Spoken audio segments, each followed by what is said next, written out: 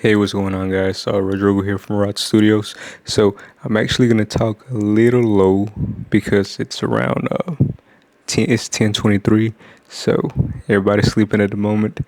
I don't want to wake everybody up. So I'm actually gonna be talking a little bit low, but I still want to make this video right because it's been on my mind and I want to go ahead and record it, edit it, and share it with you guys, right? So, if you are new to the channel, my name is Rodrigo, or you can call me Rod. I am the owner and creative director of Rod Studio, rodstudio.com. We specialize in wedding films and photography, as well as commercial and branding. But again, our bread and butter, you can say it's weddings and events.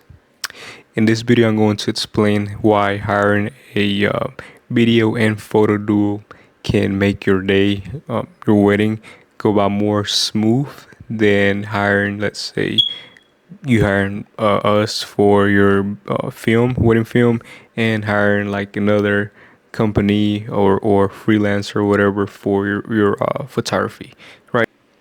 Now, before I get started, right, there's nothing wrong with hiring, like, for example, one company for video, one company for photography.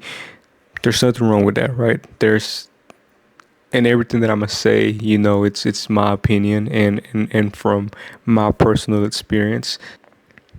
So one of the biggest problems whenever you hire, let's say, two separate teams, right, doing two different things, is usually each of us have our own workflow, and there's shots that we want to get, planning. So, like, for example, like before your wedding day, we obviously talk to you.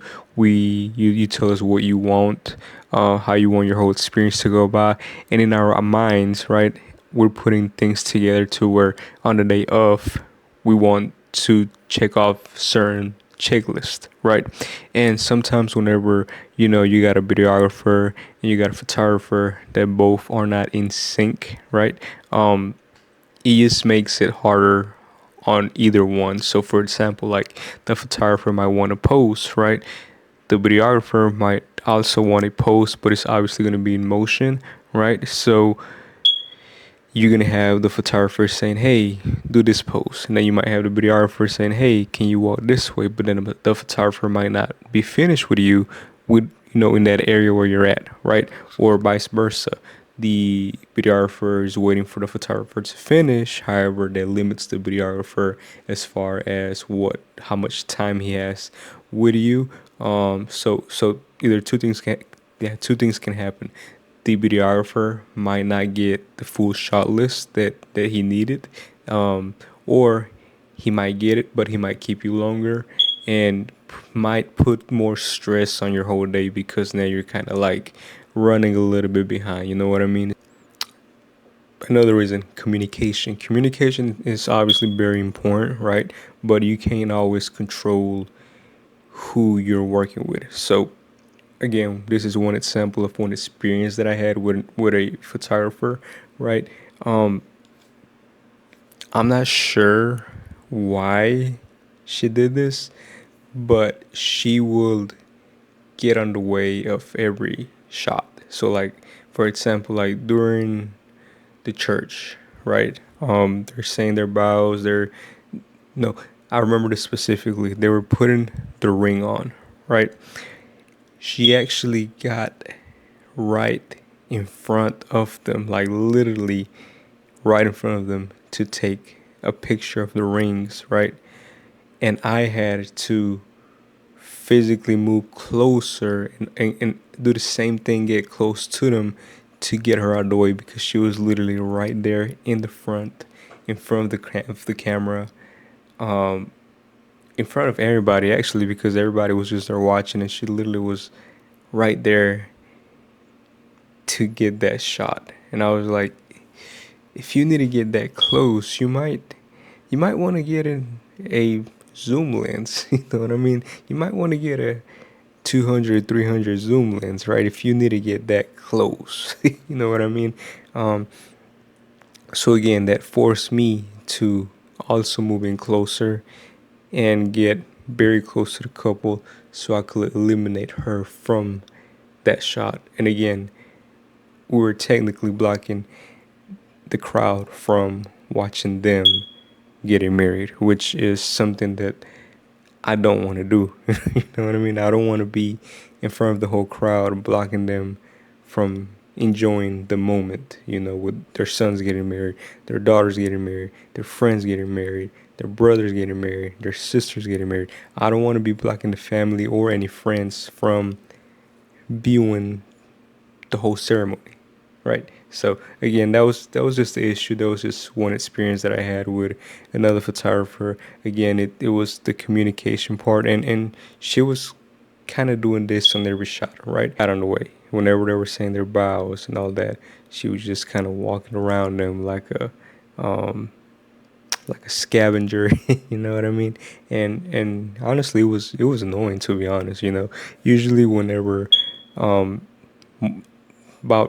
90% of the time, me and my associate, we get hired for photo and video. So I take care of the video, he takes care of the photographer, I mean, of the photography. But we're in sync. We know what to do. We actually talk, to make sure that everything goes by smoothly, and that way we can be in sync and maximize our time with the couples. And that brings me to reason number three, right? Creative styles. So we offer two options: documentary or cinematic, right? And the way we do documentary is, again, we film the day as is, so true to color, true to sound, right? True to everything from start to finish. Obviously, we make it look good, color corrected, without not too heavy on it. Again, it's a documentary, or a nice cinematic film, which we have licensed music. We color corrected, add a lot to it. Again, make it look cinematic. And the overall is just the storytelling, right? With the documentary is, we kind of shoot it and leave it as how it happened that day. With the cinematic, it's more like we're telling the story from start to finish. So again, that's the only difference. And again, yeah, sure, cinematic, it's more, we color correct, we color grade a little bit more, a little bit deeper, make it look like a movie, like a real movie, right?